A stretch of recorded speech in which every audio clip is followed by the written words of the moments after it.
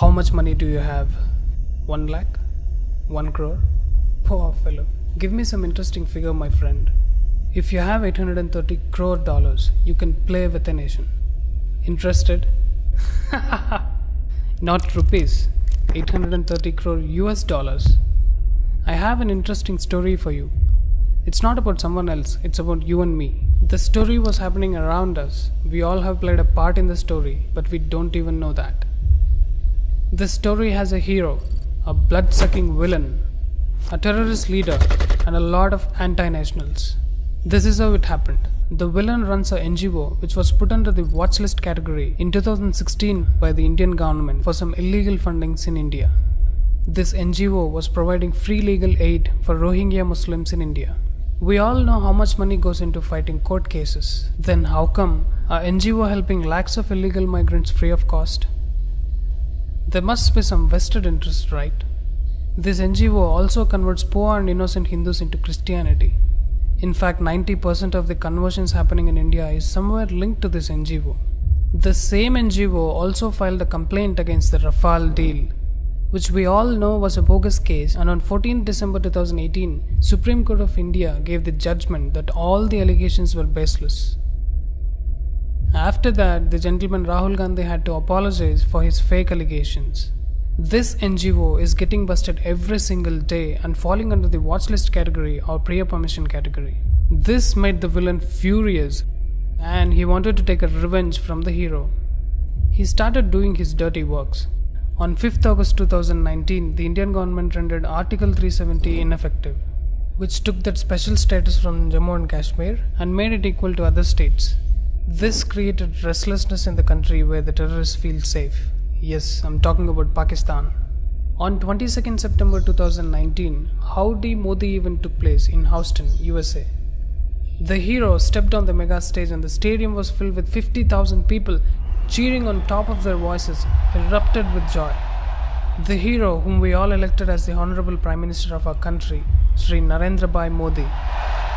The very next day, on 23rd September 2019, the villain met Pakistan's Prime Minister Imran Khan in New York. This villain is no other than George Soros, who runs an NGO by the name Open Society Foundations. He is a billionaire with a net worth of 830 crore US dollars, which is more than 1/4 of Pakistan's GDP. Then both of them discussed about the Kashmir issue. Here we all have understood that all these anti-national forces are coming together because they know that India can become a superpower if it solves its internal issues. And Kashmir was a big issue for India.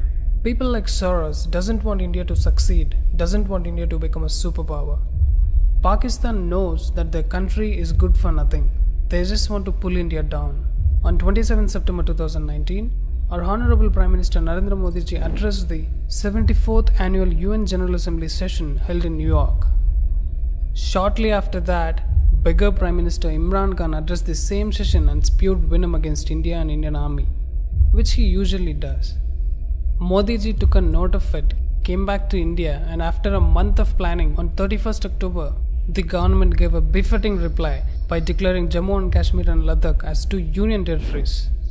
This made the villain go berserk. Now, Soros can see the defeat standing in front of him. To protect the image of his NGO, he launched a book on Amazon on the exact same date, 31st October 2019.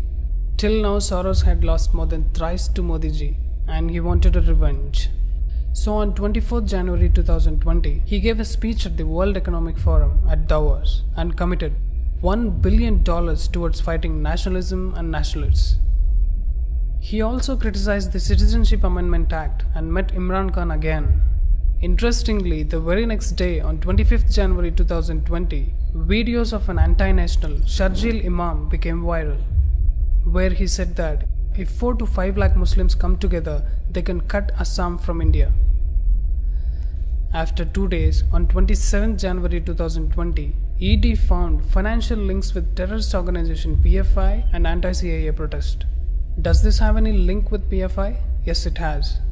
ED presented a document where PFI transferred 77 lakhs to Kapil Sibal and 4 lakhs to Indira Jaisingh.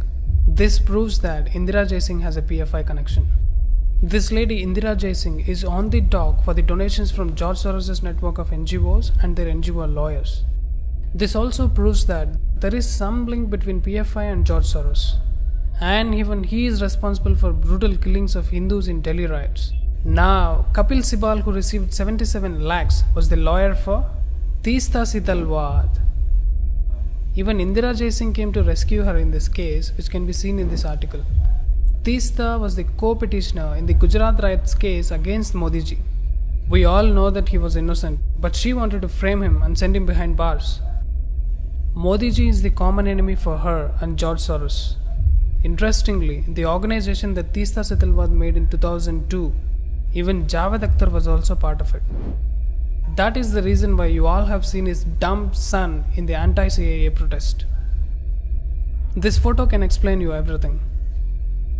There is a Facebook page by the name Fraternity Government JNU, which wants the government to release this anti-national Sharjeel Imam. They have made several posts in support of this anti-national termite. This Facebook page supports the vulgar acts of Tablighi Jamaat, and the same page calls Teesta Sitalwad as a chief guest to address their audience. Teesta Sitalwad's NGO, CJP works in Assam, and Sharjeel Imam wanted to cut Assam from India. Can you see the link? All these evidences show that Sharjeel Imam, Teesta Sitalwad, Kapil Sibal, Indira Jaising, PFI and George Soros are all connected in some way. Their only goal is to destroy the country and break it from inside. After this crackdown by ED, Soros wanted to do something big.